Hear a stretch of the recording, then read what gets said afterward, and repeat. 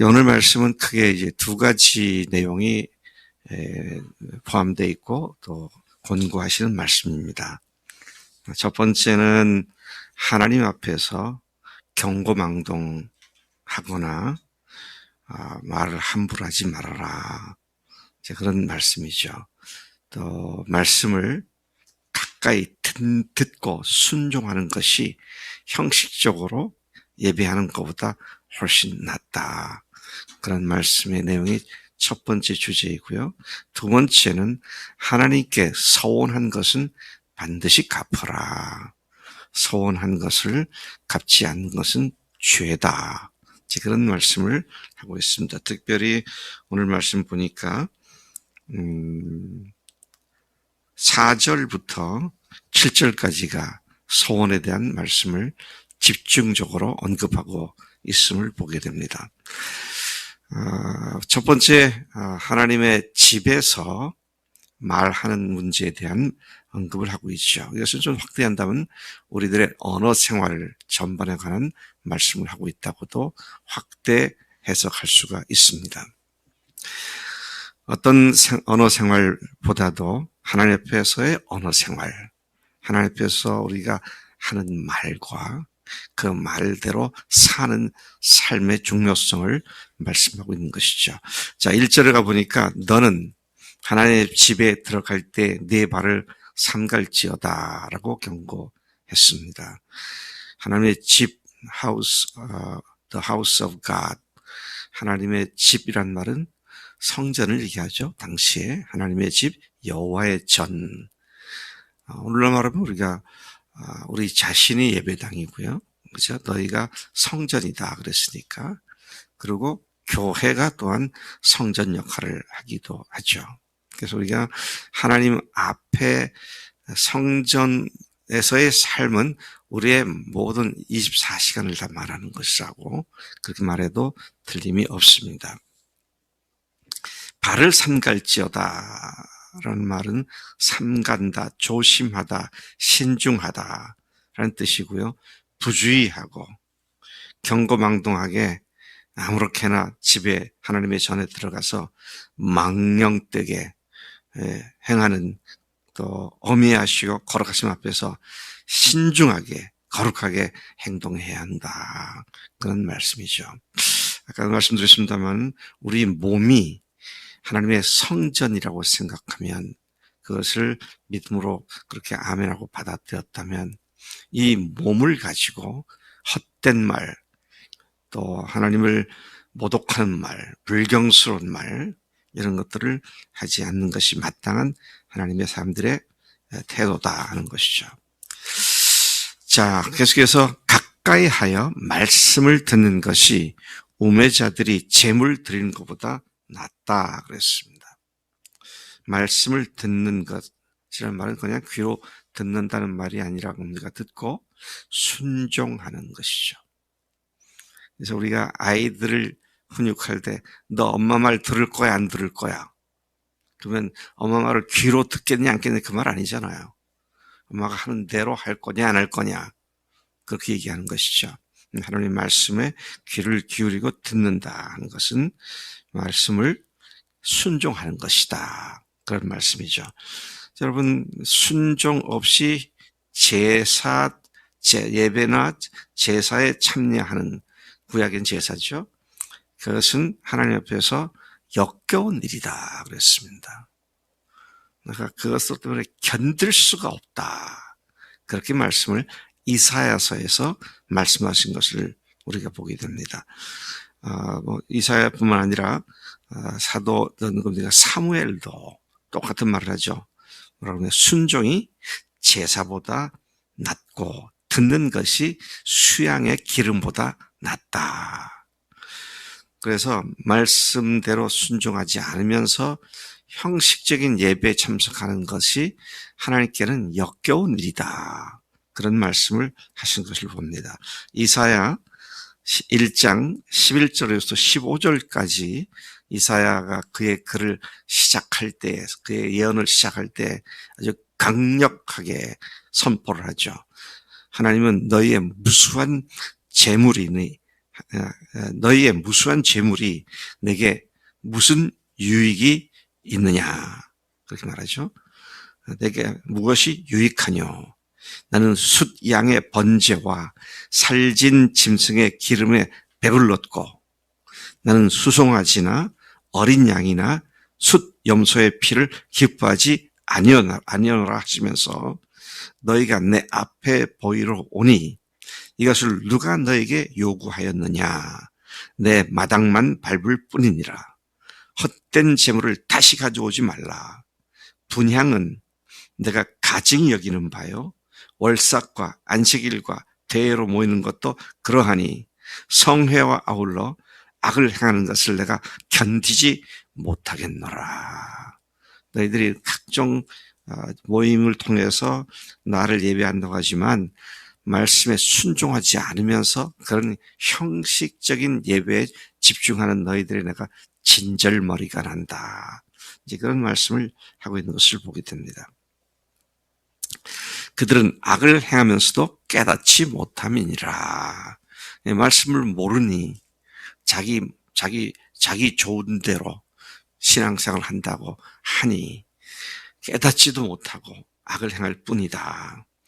2절 너는 하나님 앞에서 함부로 입을 열지 말며 급한 마음으로 말을 내지 말라. 말을 함부로 하지 말라. 하나님 앞에서 하나님께 기도할 때 이런 것을 조심해. 이건 뒤에 4절 이후에 나오는 서원에 가는 이야기이기도 하다고 생각됩니다. 사람이 하나님 앞에서 기도할 때 조급하거나 쓸데없는 말을 늘어놓지 말고 마음에서 우러나는 진실된 말을 주의성 있게 할 것을 촉구하는 교훈의 말씀이죠. 마태복음 6장 7절 말씀이 생각나는데요.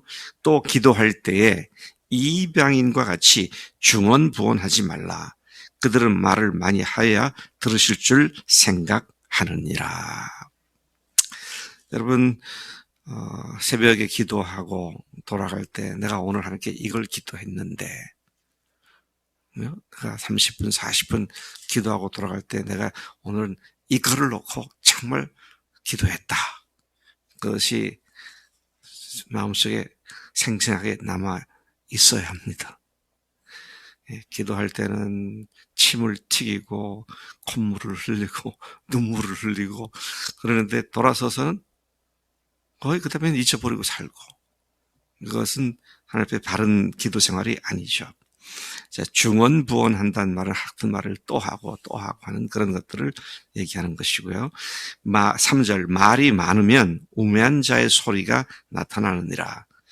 특히 기도할 때 신중하지 못하고 아무렇게나 내뱉는 기도는 절대로 삼가라는 의미로 이해가 되는 것이죠. 감정과 흥분에 들떠서 뒷감당도 못할 소원 기도를 함부로 하지 말라고 뒤따르는 구절에서 말씀하십니다. 4절부터 계속 서원을 말씀하시죠. 하나님께서 서원한 것은 속히 행하라고 말씀하십니다. 서원이 뭐냐? 서원의 서는 맹세할 서입니다. 서약한다 할 때 서자입니다. 또 원한다고 할 때 말하는 원이죠. 그러니까 맹세하면서 소원하는 바를 하나님께 아뢰는 것. 이런 문자적 의미가 있습니다. 이 서원 기도는 하나님 앞에서 하나님을 두고 맹세하는 것이기 때문에 하나님을 두고 맹세한 것을 지키지 않으면 하나님의 이름을 헛되게 만드는 것이니까 반드시 서원한 것은 지켜야 한다. 그런 말씀을 하고 있는 것이죠. 서원 기도가 꼭 필요하냐? 네, 필요한 경우가 많이 있습니다. 특별히 제 생애 가운데 제 삶을 이렇게 오늘까지 만들어 놓은 것이 2번에 걸친 서원 기도 때문이라고 저는 믿습니다. 한 번은 제가 한 서원 기도고요. 또 한 번은 어머니가 저를 두고 서원 기도를 하셨다고 합니다. 그래서 첫째 아들을 낳았을 때 미처 주님께 바친단 말을 못해서 두 번째 아들이 나오면은 하나님께 바치겠습니다. 근데 두 번째가 그러면 딸이 태어나는 바람에 세 번째가 이제 둘째 아들이 될 테니까 이번에 아들을 낳으면 하나님께 바치겠습니다. 근데 제가 태어났다고. 그러니까 제가 태어나기 6년 전부터 어머니 마음속에 있었던 기도로 제가 태어났다는 얘기를 들었어요. 또 하나는 제가 유학을 갈 때 미 대사관의 교수였는데도 불구하고 비자 신청하니까 가서 안 돌아올 거니까 비자 못 주겠다.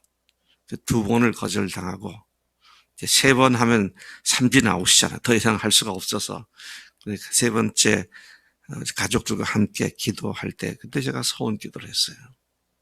주님 비자를 받고 유학을 갔다 오게 하시면 평생 주님의 종으로서 삶에 어긋난 길을 가서 딴짓하지 않고 평생 주님께 드리겠습니다.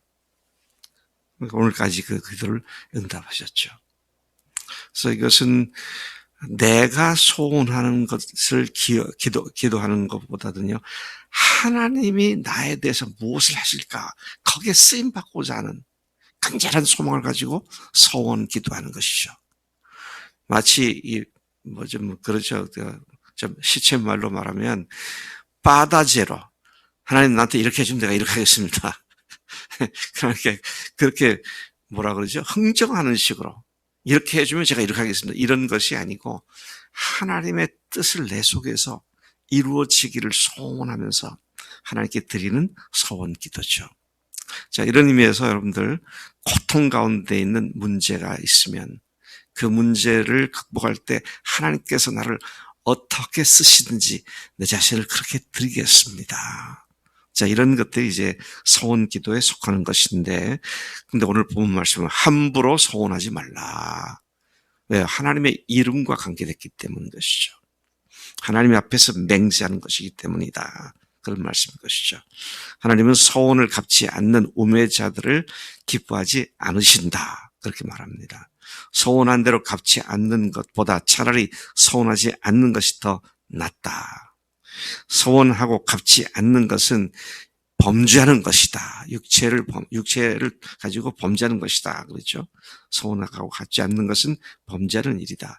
결코 소원한 것이 실수라고 말하지 말라. 아, 제가 그때 실수했습니다. 그 소원 기도 잘못했어요. 그러지 말라는 거예요. 왜? 하나님의 이름이 들어가 있는 기도기 때문에 하나님의 이름을, 여호와 이름을 망령되 일컫지 말라라고 하는 십계명에 나오는 그 말씀에 같은 선상이죠. 주님께서도 그러셨죠. 하늘로도 맹세하지 말고 땅으로도 하지 말고 도무지 맹세하지 말라. 네, 하나님께 맹세하는 일은 무슨 일이도 지켜야 한다. 이제 그런 말씀을 하고 있는 것입니다. 하나님께서 내가 소원한 기도를 분명히 들으시고 기억하시는데 실수였다는 말로 하나님을 속이거나 하나님 앞에서 자기를 속이는 그런 일을 한다면 하나님께서 징벌하시게 할 수 있다는 말이 아니겠느냐 그 말이죠. 7절 꿈이 많으면 헛된 일들이 많아지고 말이 많아도 그러하니 4절에도 같은 말씀이 나오죠. 4절에도 보면 같은 말이 나와서 뭐라고 해야 되나? 내가 이제 3절 걱정이 많으면 꿈이 생기고 말이 많으면 우매자의 소리가 나타나느니라. 저는 그동안 이렇게 만나볼 때요, 굉장한 비전을 품고 있는 사람들을 보면서 조금 겁이 나더라고요. 왜냐하면 저런 비전을 갖고 했는데 안 될 경우에 저걸 어떻게 해야 될 건가. 그래서 특히 이제 어떤 사람들은 이게 꿈이 많아요. 이걸 갖고 이렇게 하고 그 다음에 이렇게 해가지고 이렇게 하겠다고. 근데 그대로 되면 좋죠. 근데 안 되면 그때 내가 잘못 생각했나 보다 하고 또 이제 바꾸죠. 그래서 꿈이 계속 이어져서 말의 실수를 계속 반복하죠. 꿈이 많으면 실수가 있을 수밖에 없다. 말이 많아지고, 그리고 말이 많아도 허물을 갖게 되는 것이다. 그래서 오직 너는 하나님을 경외할지니라. 그랬습니다. 오직 너는 하나님을 경외할지니라. 주님께서는 듣기는 어떻게 하라고요? 속히 하고 말하기는 더디하라 그러셨습니다. 우리가 무슨 일을 하든 무슨 말을 하든 언제나 그 근본은 하나님을 경외하고 하나님을 두려워하는 가운데 그런 일도 하고 말도 해야지, 기분 내키는 대로 생각나는 대로 그냥 말부터 내뱉는 그런 일을 하면, 말이 많으면 허물이 많아진다. 특별히 하나님 앞에 기도할 때 하나님께 내가 이렇게 하겠습니다, 저렇게 하겠습니다, 이런 것들을 정말 신중하게, 왜? 하나님께 드리는 말씀이니까 그렇게 기도하라, 그렇게 말씀을 하고 있는 것이죠. 하나님 아버지 감사합니다. 하나님의 이름과 영광을 위하여 우리의 기도 생활에서조차도, 서원 기도에서조차도 하나님의 이름을 더럽히거나 경홀히 여기지 않고 정말로 존중하며 하나님의 영광을 드러내는 일에 우리가 기도도 우리 언어 생활도 하도록 이 아침 말씀해 주셨는데, 하나님 우리 모든 사람에게도 소금으로 음식을 고루 맛있게 하듯이 맛있는 말을 하게 하실지언정, 허풍 떠는 말이나 과장된 말이나 또 할 수 없는 말을 기분 내키는 대로 하는 그런 사람들이 되지 않게 하시고 신중하고 진지하고, 그러나 하나님께서 주신 소원을 가지고 간절한 마음을 가지고 함께 교제하는 우리가 되도록 인도해 주신 줄로 믿습니다.